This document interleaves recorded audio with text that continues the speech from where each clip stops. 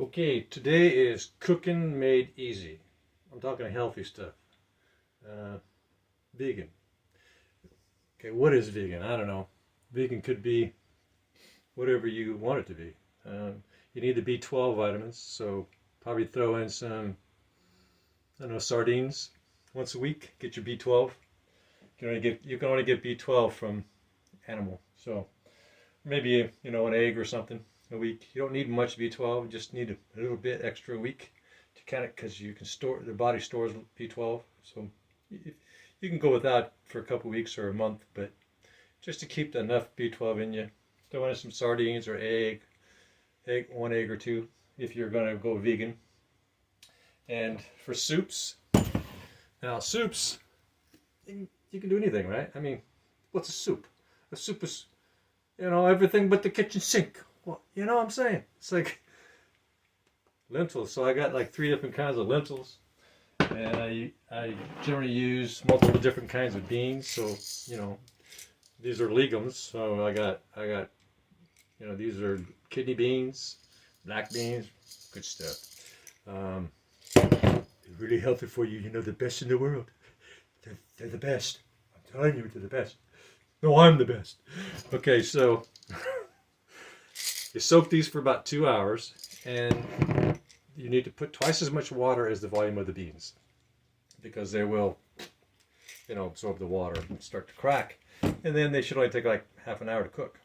Now, you can do what's called a base soup, where you don't throw any meats in it. You just cook a whole bunch of soup, and you could eat some, freeze the rest. I eat it a couple days and then I freeze the rest, and then I make something different. Could be I make a bunch of pasta noodles of some sort of pasta thing.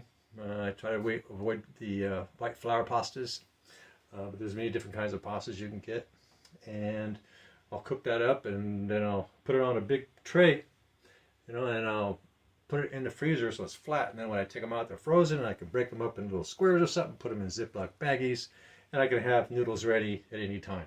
So I've got over here, my garden, I've got lots and lots of these. I got so much I can't even tell you how much I got. I got loads more than anybody else. So you just you get stuff whatever you got, whatever you can find, right?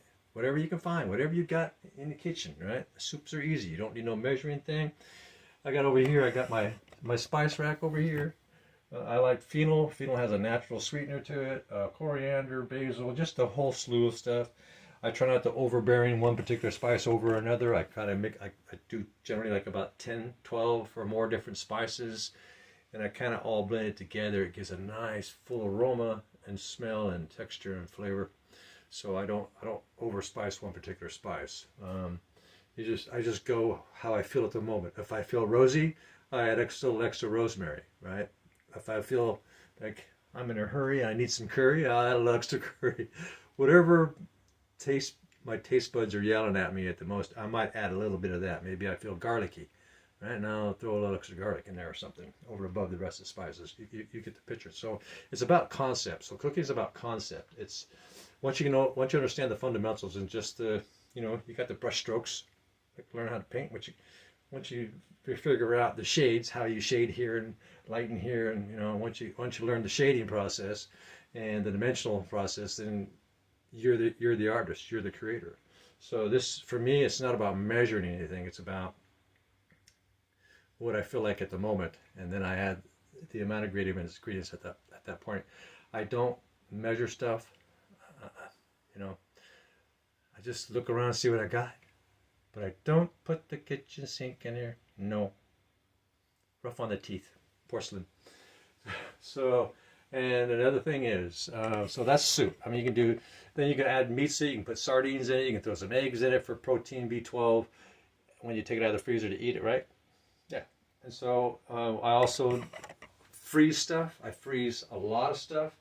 I've got I think that's 24 cube chest freezer in my garage. So what I do is when the apples are ripe, I'll take a bunch of apples, whole bunch of apples, bag them and tag them and date them, right? Apples. I got a lot of peaches. bag them, tag them, and date them. Right? Peaches, all ready to do whatever I want with. I made a nice dessert. Peaches, apple tonight.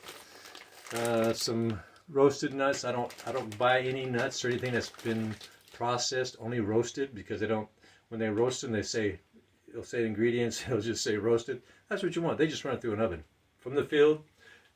Roast it on your table. So, and also what I do is, an example would be, I'll take bananas, buy some bananas, and I will chop them up, and I'll freeze them. And the bananas make a creamy, like ice cream thing. And here's like blackberries. I take the blackberries, I'll put them in a puree blender. I don't put anything in, no water. I don't add water. No, everything's just as it is. I just crunch it down until it gets all blended up. And then I take ice trays. Like these are cubes from an ice tray. So I'll take ice trays. So like whether it be blackberries, raspberries, blueberries, just depends, tomatoes.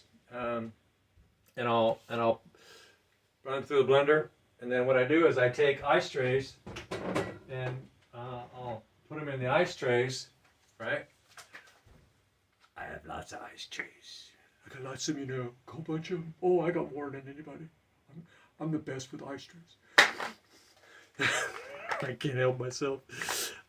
So I freeze a whole bunch. I'll do a whole bunch of something, and I'll cube them, and then take them out. And what I have found out is the best way to take things out of an ice tray is once you get them frozen, take a butter knife, you pop underneath there, have a big bowl or something.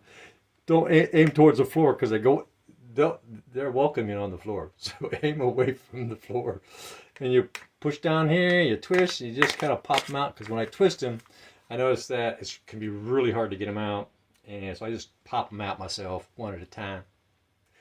And it takes a little longer sometimes, but I've broken so many of my trays by going, hey man, there's got to be a better way. Huh, what if that butter knife right there will work? So now I use butter knife. And so, yeah, I'll use all these trays, and I got another stack like this, that I sometimes use them all. I'm going, oh, I need to buy more so I can do more at a time, because when I go to pick tomatoes, I have a plethora of tomatoes. So I'll puree these down, leave them raw, and I got a blender, and I'll just puree those tomatoes down, because they take up less space in the freezer when I puree them. And so what I do is I'll puree those tomatoes down, and I'll show you how I bag them. So anytime you come across, like, hey, a friend's got excess, it's just rotting in here in their garden, or it's just going to waste, you got place to freeze the stuff, So if you look in here, I don't know if you can see that in there. So these are all tomatoes here. This I cooked down, made tomato paste, tomato sauce. These are all tomatoes going all the way back that I froze. You can see kind of how they look there, right? Tomatoes raw. So yeah, I got tomato, I got lots of tomatoes, lots of tomatoes. And so that's all, everything in there is from my garden. That's all garden stuff, except for a few things from when we buy the animals chicken. We boil the bones and skin and stuff like that, and we skim off the fat, let it cool down, skim off the fat, and I freeze it in these cubes, the broth, chicken broth, and I will use that as a broth. But you can also do that with vegetable stock. So say, for example, you got a soup, it's too thick. Well, you can just take any vegetable, right? I mean, it's too thin, it's too watery. You can just take any vegetable, right? Take some of the liquid out of your pot, put it in a blender, and along with your whatever vegetables you have, puree your fresh vegetables, whatever they are. Maybe not so fresh, I don't know. And you just made yourself a thickening agent for your soup, so it's not so watered down.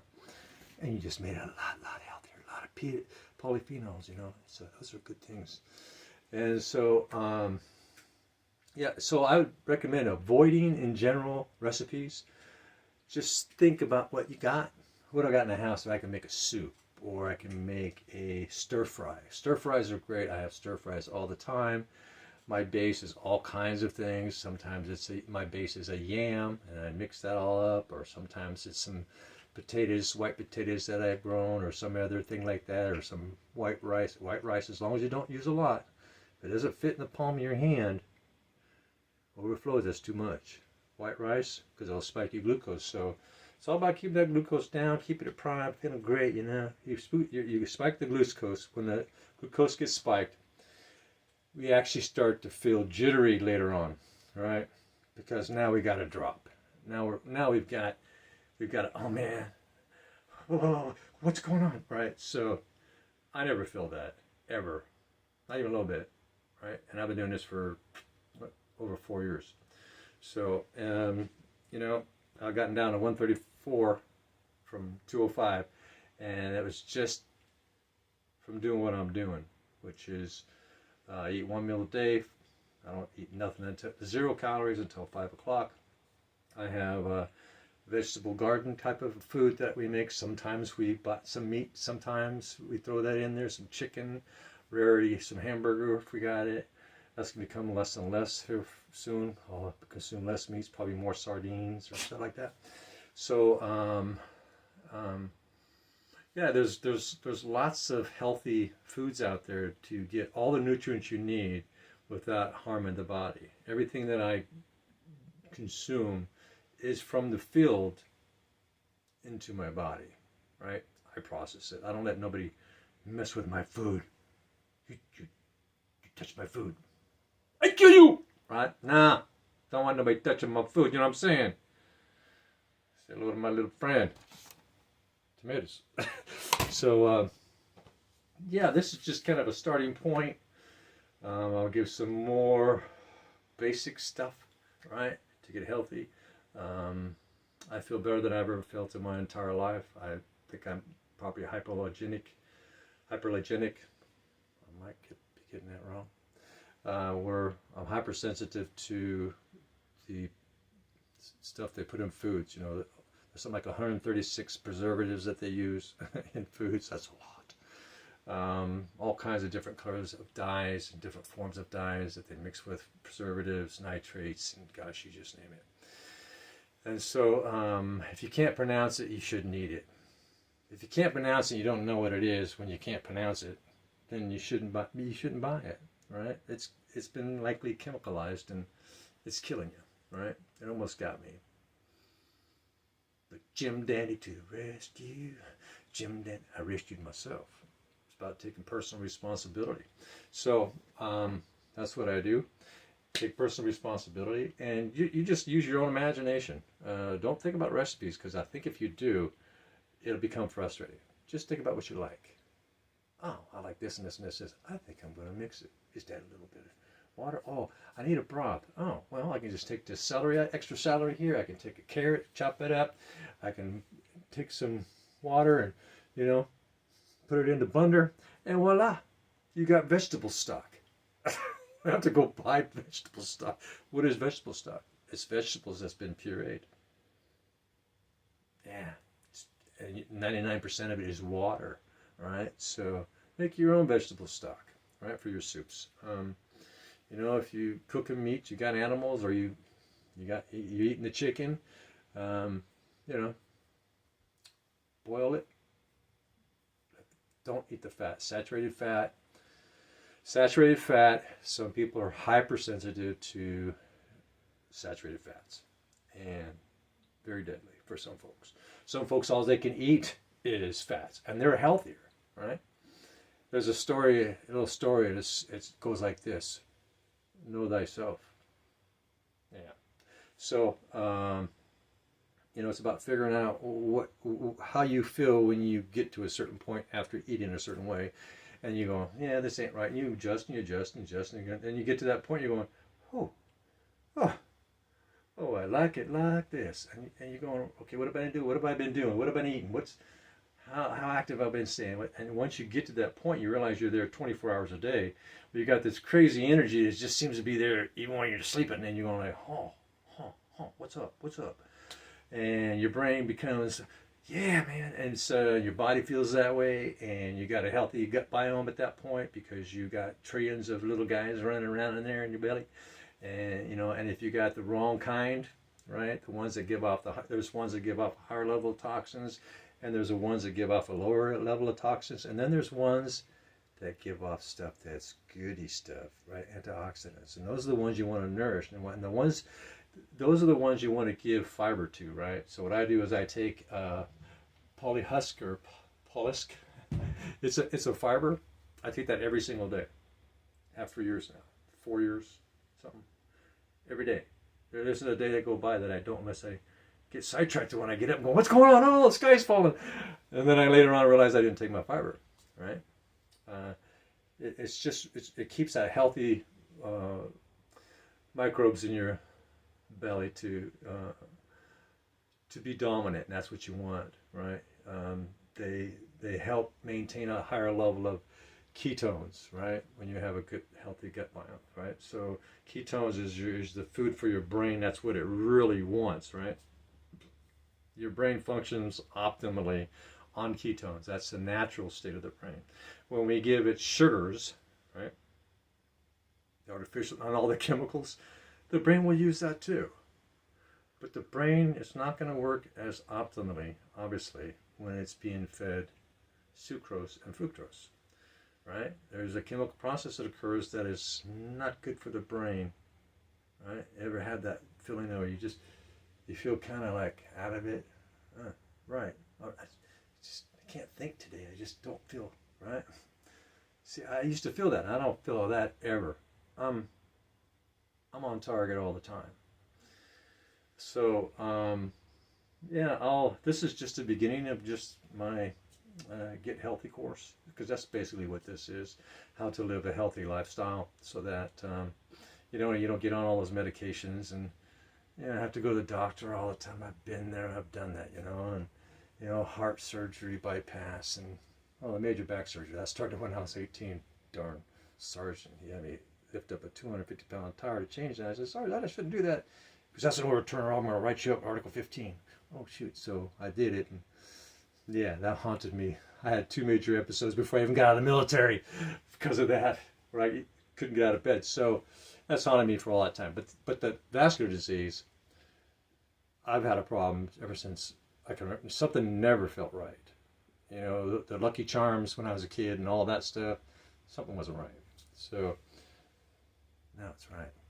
Right? So I will elaborate on some more specific things down the road, but don't be shy to just throw something together, right? Just, what do I have? What do I got? I got some spices, and I got that. I like that, and I like that, and I like that. Make it happen, right? Going to fear is fear itself. Nah, don't do that. Fear is foolish because it clouds the mind from being able to decipher what's going on with a sense of clarity and be able to win.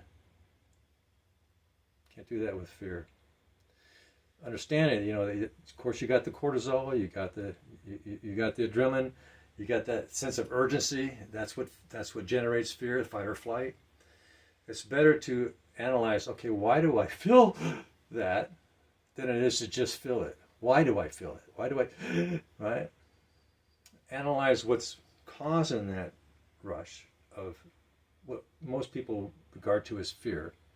What is causing that adrenaline rush and cortisol rush? What is causing it? And by analyzing what's causing it, you can address it or tackle it and beat it. That's how you beat fear, because that's what fear is. Usually it's of the unknown. Oh no, right?